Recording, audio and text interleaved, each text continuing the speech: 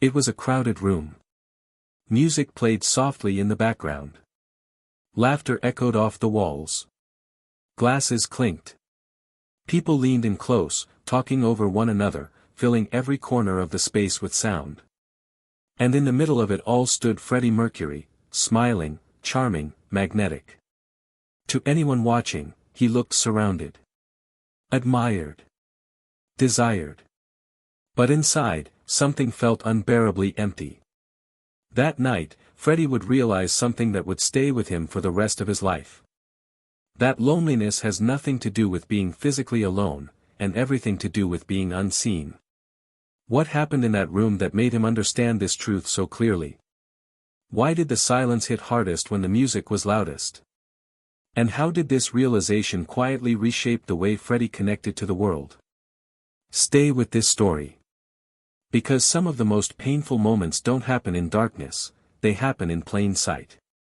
Freddie had hosted countless gatherings like this. The setting was familiar, warm lighting, elegant chaos, people drifting from room to room with drinks in hand. Voices overlapped in a way that felt alive, electric. It was the kind of night most people longed for. The kind that made life feel full. Freddie had once believed that too. He moved through the room effortlessly, greeting friends, acquaintances, admirers. His laugh came easily. His timing was impeccable. He knew exactly when to lean in, when to pull back, when to make someone feel like the most important person in the room. It was a skill he had perfected. And yet, as the night wore on, something inside him began to tighten. Not boredom. Not irritation. A pressure. He stood near the center of the room, listening to a conversation he had already stopped absorbing.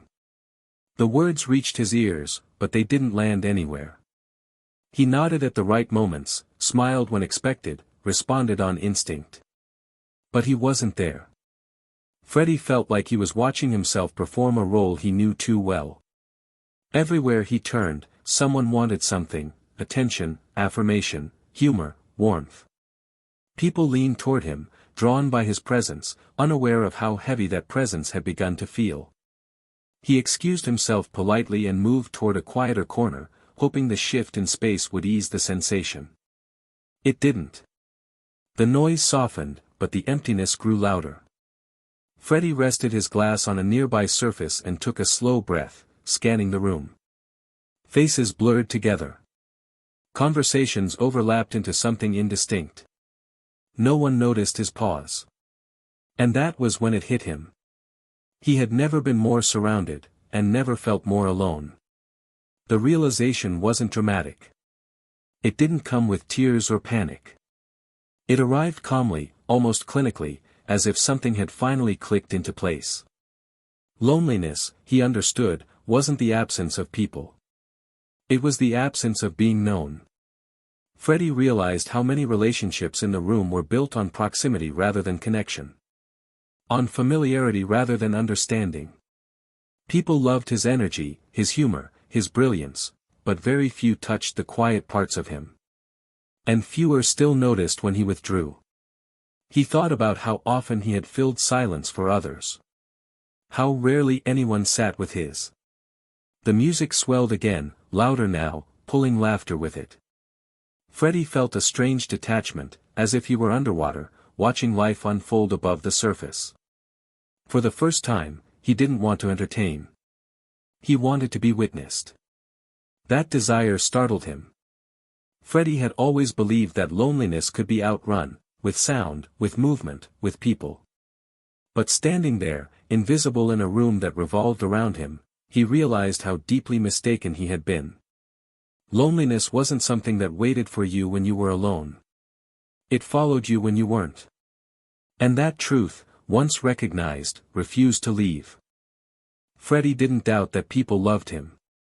That was the cruelest part. As he stood there, slightly apart from the noise, he realized that affection surrounded him in abundance. Admiration flowed freely. Compliments came easily. People spoke of him with warmth, pride, even devotion. And yet, none of it reached the place where he actually lived. Freddie watched interactions unfold with a new kind of awareness. Someone laughed at his joke a little too loudly. Another leaned in to tell him how much his music had changed their life. A third touched his arm casually, possessively, as if proximity alone meant intimacy. All of it was sincere. All of it missed him. He began to understand the difference between being loved for what you give and being seen for who you are. Most people in that room loved the experience of Freddie Mercury, the energy, the brilliance, the permission he gave them to feel alive. But very few loved the man who went quiet when the lights dimmed.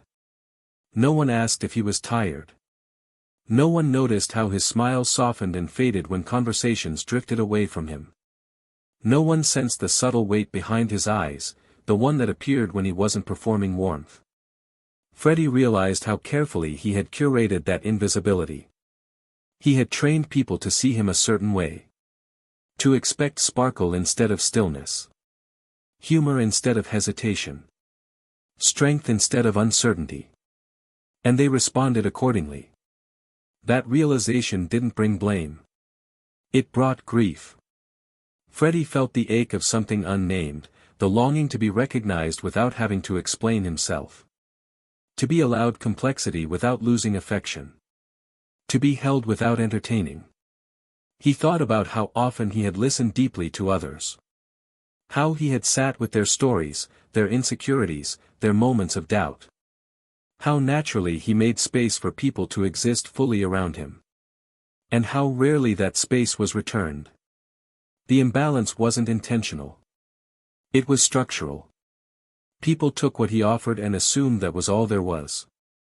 Freddie felt a quiet sadness at that truth. Not because it was unfair, but because it was lonely in a way that couldn't be solved by adding more people. He understood then that loneliness thrives not in isolation, but in asymmetry. In relationships where one person reveals and the other remains projected upon. Someone called his name across the room, waving him over. Freddie smiled reflexively. Then stopped. He hesitated, just long enough to feel the weight of the choice. And for the first time, he didn't go. He stayed where he was, letting the moment pass. The person waved again, then shrugged and turned back to their conversation. No one noticed. That, too, was information. Freddie felt something loosen in his chest, not relief, exactly, but confirmation. He had been present for others in ways they didn't know how to reciprocate. And perhaps, he realized, that wasn't their fault. It was his responsibility now to decide what to do with that knowledge. The room felt louder again, but Freddie felt quieter inside. More centered. Less confused. He wasn't broken. He wasn't unlovable. He was unseen. And that distinction changed everything. Freddie didn't make an announcement. He didn't withdraw dramatically or excuse himself with a reason anyone could question. He simply stopped doing something he had done instinctively for years. He stopped performing. He remained in the room, glass still in hand, posture relaxed, but the energy he usually projected softened. His smile became smaller. His responses shorter. He listened without embellishing, without redirecting attention back to himself. And almost immediately, the atmosphere shifted. Not visibly. Not sharply. But noticeably. Conversations lost momentum. People paused, waiting for Freddie to fill the space the way he always did. When he didn't, the silence stretched, awkward, exposed. Someone laughed and glanced at him, expecting a punchline. Freddie nodded politely. That was all. The person laughed again, unsure, then turned back to someone else. Freddie felt it then, not rejection, but displacement. The realization that much of the room's rhythm had depended on his presence being active, not simply there. When he wasn't animating the space didn't know what to do with him. That awareness landed gently, but firmly. He moved through the room more slowly now, not as a focal point, but as an observer. He noticed how people interacted differently when he wasn't guiding the energy. How conversations became flatter. How people gravitated toward louder personalities. No one asked if he was okay. No one asked why he had grown quiet. They simply adjusted. Freddie understood then that many relationships were sustained by his output, not his existence. He had been the one to maintain warmth, momentum, ease. Without that, the structure revealed itself. And it wasn't built to hold him. He felt a familiar ache, not sharp, but hollow.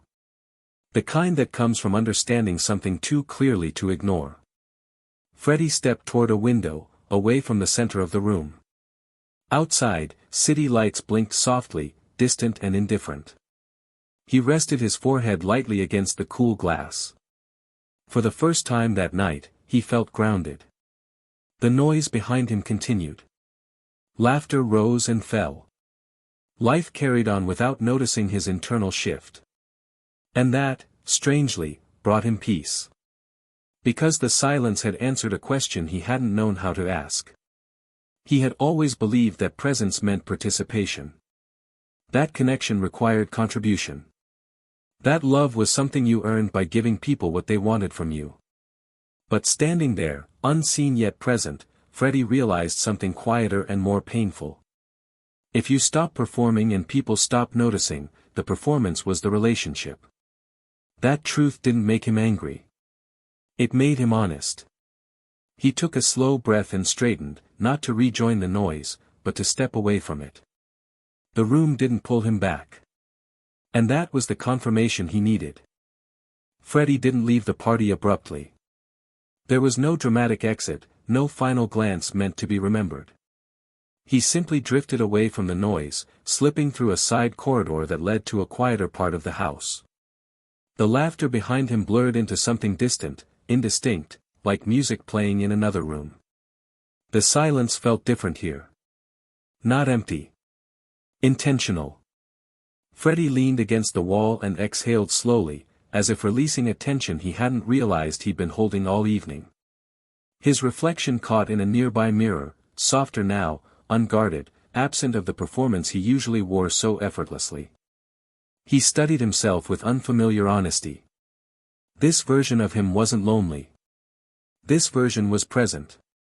Freddie understood then that solitude wasn't a punishment. It was a refuge.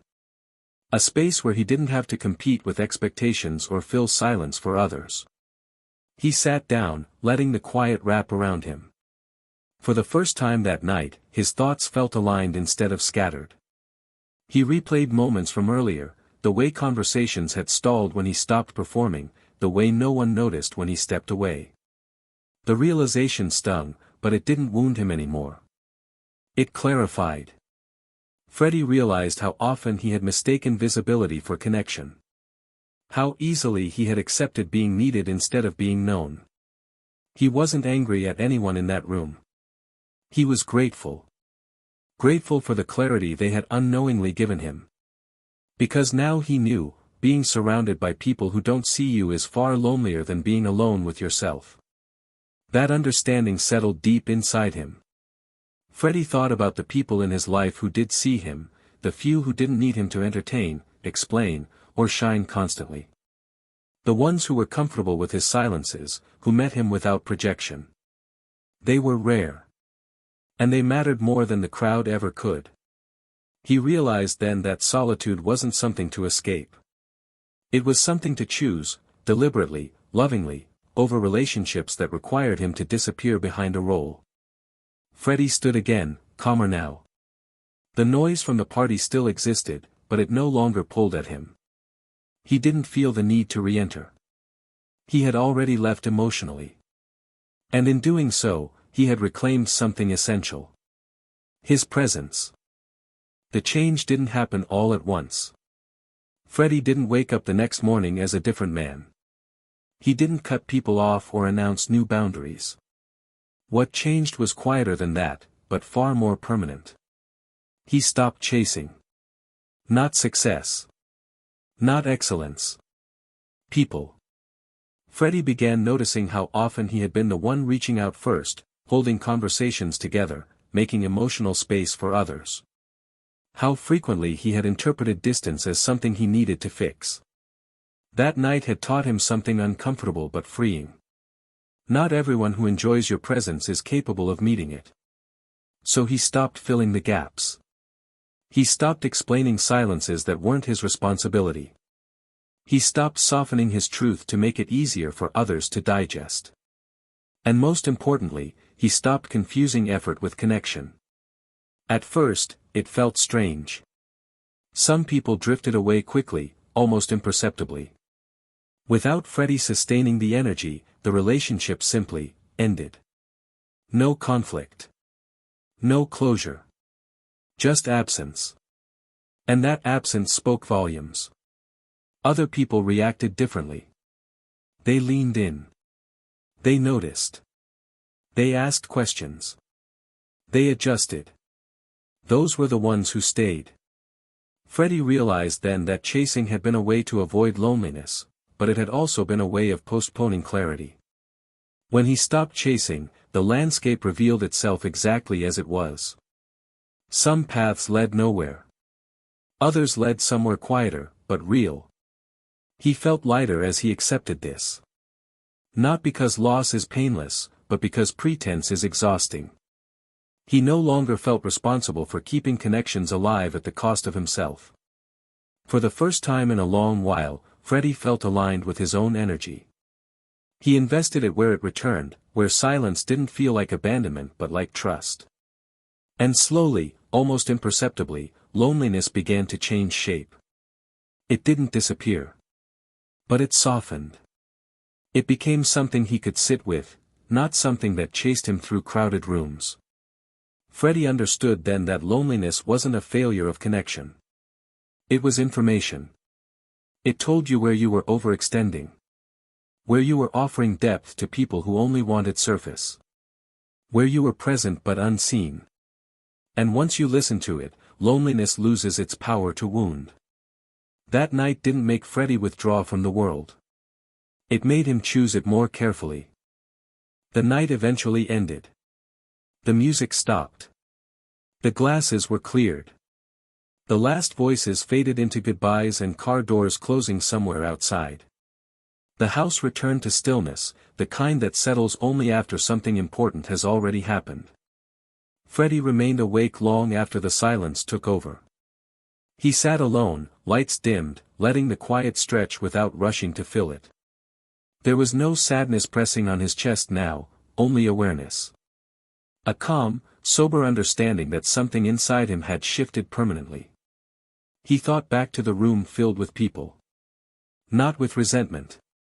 With clarity.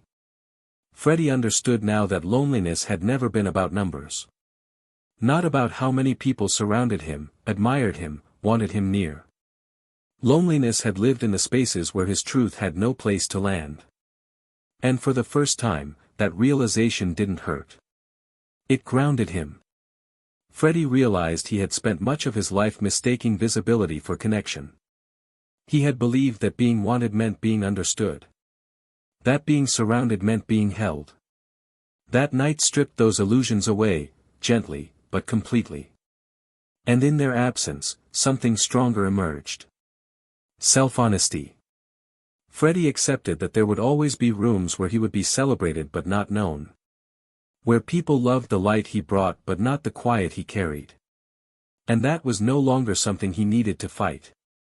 He didn't need to shrink to be accepted. Nor did he need to shine constantly to be loved. He needed alignment. That understanding changed the way he entered rooms from then on. He no longer arrived hoping to be seen. He arrived already present. And if connection happened, it was mutual, not extracted. Freddie understood that solitude, when chosen, was not loneliness. It was protection. It was truth. It was the space where he could exist without translation. And that space became sacred to him. He didn't withdraw from the world after that night. He continued to love fiercely, to create boldly, to give generously. But he no longer abandoned himself to do it. The loneliness that once followed him into crowded rooms no longer frightened him. He recognized it now, not as a flaw, but as a signal. A reminder to return to himself. That night didn't make Freddie smaller. It made him whole. And that wholeness stayed with him, long after the room went quiet.